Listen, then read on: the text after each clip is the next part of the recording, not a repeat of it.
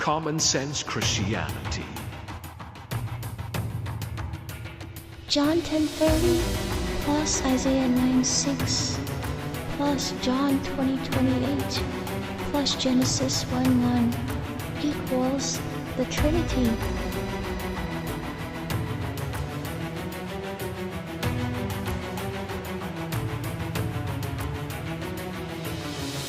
Just a heads up to my followers, I love and appreciate you, and thanks for tuning into the channel and supporting it, being mods, commenting, defending your faith. I love it. From now on, I'm not going to really probably respond to videos when they make videos of me and my teachings. I'm not going to do that, reactionary videos, because they sometimes get too personal. They go back and forth. So there will be people that make videos about me and my teaching, and that's part of the business, right? That's part of the business. What you owe yourself to do is go watch the content and see if they make good arguments. If they do, then try to figure out whether or not you're in the truth or whether or not their arguments are exactly what they claim. Do the research, because the last thing you want to do as a biblical Unitarian is continue in deception if you're deceived. See, that's one of the reasons why we are biblical Unitarians, because we're not cut from the same cloth. We're not cookie cutter Trinitarians that don't extend the same grace in their theology. Usually a Trinitarian will go out of their way to try and convince them of something, right? They won't just go back and go, okay, well, let me see. Let me empty my presuppositions. Let me humble myself, and let's see what the truth is wherever that might lie. If I'm wrong, I want to know that I'm wrong. I'm not going to defend something if it's a lie.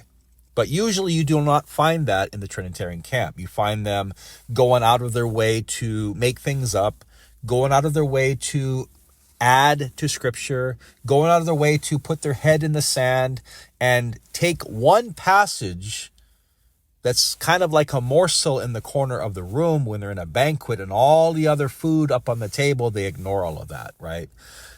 Example is going to Genesis 1:26. Let us, well, all other 25 passages in Genesis 1 through 125 do not say let us when God creates, and God created, and God did this, and God did that.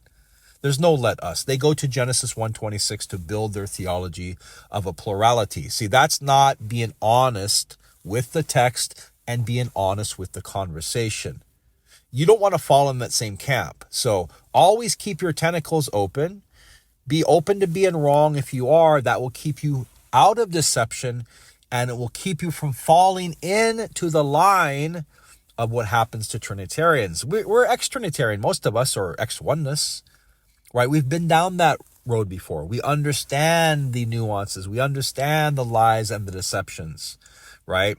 We've been down that road, but they act like you don't understand it. Well, let me explain the Trinity to you. I'll explain it to you, heretic, you don't know. Well, no, we went down that camp before and we found out it's not true. However, when they make videos, listen to them. Pay attention, because it not only does it help you defend your doctrine properly because you hear all the arguments, you can see whether or not somebody else might have a better argument than you do in your belief. See, that's the grace we have. And that's because we're truth seekers. We want truth. It doesn't matter. We're not going to just shun people and ignore what they say unless they start making excuses. Unless they start saying silly things like, no, Jesus Christ included himself in John 17:3 as the only true God. Unless they start being just ignorant, then it's always good to engage with people, no matter what their faith is, right? We know that the Trinity is not taught, so we have that already. It's not like somebody's going to bring us something new, but at least see what kind of arguments they're making. But if somebody makes a video about me and my teachings, maybe comment on their channel or whatever, but as far as telling me, I don't need to know about it, because there's just too many people making videos about whoever and whatever. I'll make videos if I appear on people's channels. Usually I'm going to try to scale them back a little bit, but I don't want to go one-to-one back and forth with these people all the time, because it takes too much time, right? The whole point is truth. What's the truth? All of these other things, the charades, getting up there and being dramatic and all these things, I've gotten my toe dipped in that before, and it's more theatrics than anything else. I think it wastes people's time. But unfortunately, in today's Christianity, that's kind of what you need to do to actually attract people to the content. Otherwise, they see it as boring and they tune out. How many really good biblical teachers are out there that just teach truth with the Spirit and they don't get hardly any views? That is the sad thing. That's the sad thing in the state of affairs of people in general, right? It's always just drama. It's always the thumbnails, the shocking points and stuff that get you the content and the views. And you want views because you want to draw people in. You want to attract people. But unfortunately, it's the drama. It's the celebratory things that people do in their thumbnails.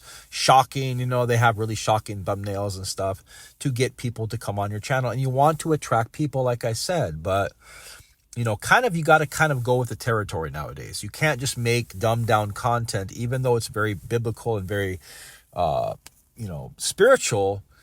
It's just not going to bring people in that are going to necessarily hear the truth. People have a different way of thinking today, unfortunately. So I respect all of you guys. Thanks for helping me out with my channel, but I'm going to teach what I believe, and I'm not going to get into these back and forths with people. Thank you, and God bless, and Happy New Year. To be fair, the Trinity doctrines have been around for thousands of years. You don't believe in the Trinity, you're going to hell. No questions asked. You're not supposed to be able to explain it. It's a matter of faith.